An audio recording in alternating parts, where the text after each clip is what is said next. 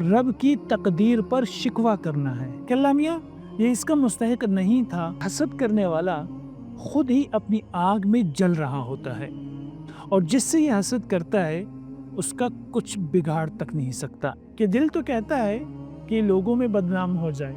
کیا تکلف کریں یہ کہنے میں جو بھی خوش ہو ہم اس سے جلتے ہیں۔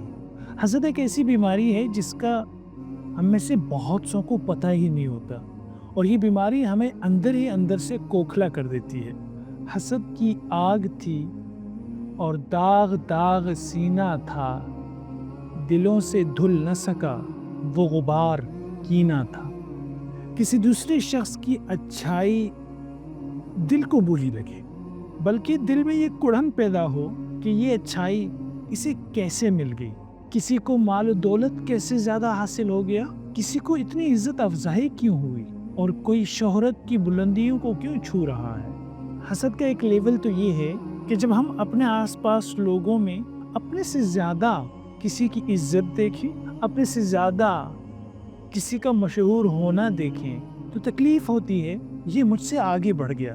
اگر یہ خیال کہ جس پر مجھے اور آپ کا کوئی کنٹرول نہیں ہوتا، تو بھیا سمجھ جائیے کہ یہ پھر قرآن کی اس آیت کے مصداق ہے کہ لا یکلف اللہ نفسا الا وسعها۔ انسان کا کوئی اختیار نہیں، ہاں البتہ اس خیال کا آنا یہ بہت بڑا خطرہ ہو سکتا ہے۔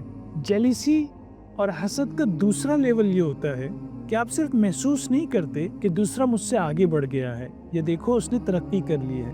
حسد کے دوسرے لیول میں دل میں بڑی شدت سے یہ تمنا پیدا ہوتی ہے کہ یہ نعمت اس سے چھن جائے۔ مثال کے طور پہ جو پیسہ اس کے پاس ہے وہ چھن جائے، جو مال ہے اس کے پاس وہ چھن جائے، جو شہرت ہے اس کے پاس، مشہور ہے یہ بھی چھن جائے، اور اس آرزو میں روز بروز اضافہ ہوتا چلے۔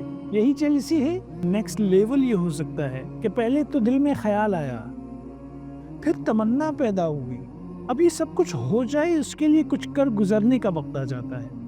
انسان پھر غیبت کرتا ہے، لوگوں میں جب بھی بیٹھتا ہے تو اس کی برائی کرتا ہے، جتنا بھی ہو سکے اس کی عزت نفس کو مجروح کرنے کی کوشش کرتا ہے، یہاں تک کہ بڑوں کے پاس جا کے موصوف کی شکایتیں بھی لگا دی جاتی ہیں۔ اور یہ سب کچھ کرتے ہوئے ہم بھول جاتے ہیں کہ حسد، جیلیسی ان بڑے گناہوں میں شمار کیا جاتا ہے کہ جس کا تعلق حقوق العباد سے ہے، کہ جب تک بندے سے معافی تلافی نہ ہو، اللہ عز و جل کی سپریم عدالت میں بھی معافی کی درخواست مشکل ہو جاتی ہے۔ سوال یہ بنتا ہے کہ اس حسد جیسی بیماری سے چھٹکارا کیسے پایا جا سکتا ہے۔ حضرت امام غزالی رحمۃ اللہ علیہ فرماتے ہیں کہ اگر تو یہ خیال آتا ہے اور ایسے خیالات پر آپ کا کنٹرول نہیں ہوتا، تو آپ پہلی فرصت میں اللہ عز و جل سے استغفار کریں، اپنے ایسے آنے والے خیالات سے چھٹکارے کی دعا مانگیں، اور حسد جیسی بیماری سے چھٹکارا حاصل کرنے کے لیے ایک کڑوی گولی جو کہ کھانی بہت مشکل ہے لیکن عمل کر کے دیکھے انسان تو کیا ہی بات ہے، اور وہ کام ہے جس سے انسان جیلس ہوتا ہو اس کے حق میں دعا کرے۔ مثال کے طور پر اگر کوئی کسی کے منصب یا عہدے سے جیلس ہوتا ہے تو وہ دعا کرے اللہ اس کو مزید ترقی عطا فرما۔ اگر کوئی کسی کے مال سے جیلس ہوتا ہے تو اس کے مال میں برکت کی دعا کرے۔ اس لیے امام غزالی رحمۃ اللہ علیہ فرماتے ہیں کہ جب وہ یہ دعا کرے گا تو اسی حضرت انسان کے دل پر جو چوٹ لگے گی تو اسی کو احساس ہوگا کہ دل میں جو خیال آ رہا تھا یہ صحیح نہیں تھا۔